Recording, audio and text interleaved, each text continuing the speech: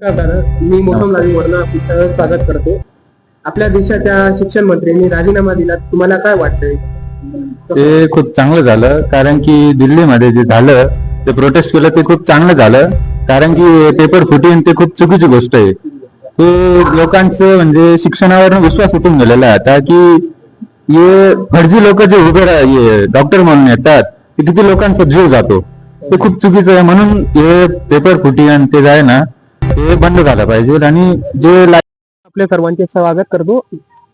आपल्या देशाच्या शिक्षण मंत्र्यांनी राजीनामा दिला, तर काय वाटतं तुम्हाला? आम्हाला असं वाटतं की चांगलं झालं, कारण की आधी जे पेपर फुटी चालत होती, डुप्लिकेट डॉक्टर भरती होत होते, त्याच्यामुळं आपल्या राज्याचं म्हणजे वाईट दृष्टिकोनाने होता, म्हणून ते चांगलं झालं असं. आणि आपल्या विद्यार्थ्यांवर लाठीचार्ज झाला, त्याबद्दल काही म्हणणं आहे का तुमचं? ते चुकीचं झालं, पण त्यांचं पण चुकीचं होतं की विद्यार्थ्यांनी धर्मवाद नव्हता करायला पाहिजे तिथे.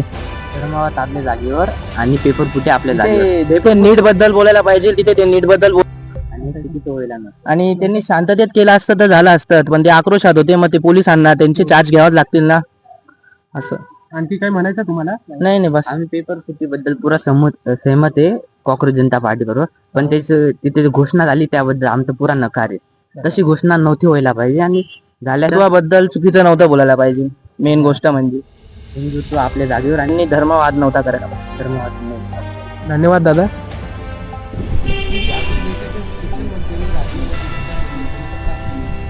मला छान वाटतंय, पण खूप वर्षानंतर असं म्हणता नाही येणार, पण खरंच जेनझीचा जो प्रोटेस्ट होता तो इम्पॅक्टफुल होता, आणि असं मला नाही वाटत एवढ्या 10 वर्षात कधी झालंय किंवा होऊ शकेल. लोकांना वाटतं आम्ही डम आहोत, आम्हाला काही कळत नाही, पण आम्ही करून दाखवलं. आम्हाला जर तुम्ही छळलं तर आम्ही करून दाखवू शकतो, हे या प्रोटेस्टमधून सिद्ध झालं.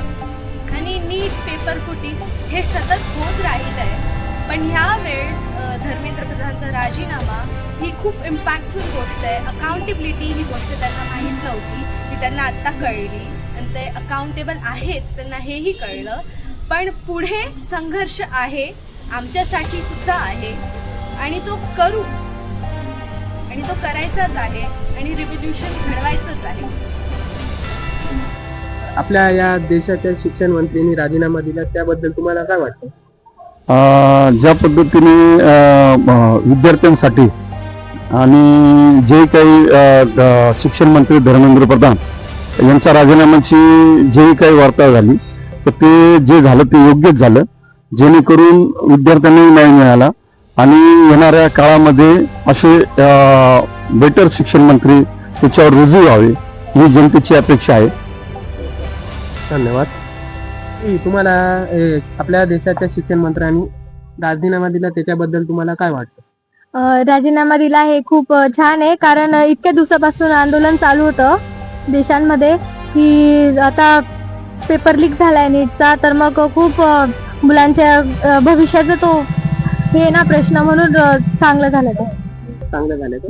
धन्यवाद. राजीनामा दिला आहे त्याच्याविषयी तर म्हणजे विद्यार्थ्यांना वाटलं नव्हतं ते राजीनामा देखील व्हावा, ते खूप अचानक असं ऐकण्यात आलं होतं आम्हाला. आम्ही विचलित झालो राजीनामा दिला बस.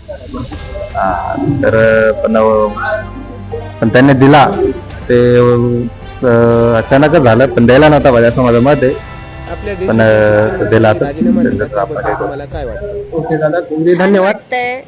खूप दिवसांनी ही जनरेशन जेनझी जी आहे एकत्र नतीजा होता, त्यामुळे छान वाटतंय. आता येणारा जो कोणी पण मिनिस्टर असेल त्याला नतीजा काळजीपूर्वक सगळे छान वाटतंय. आता येणारा जो कोणी पण मिनिस्टर असेल त्याला खूप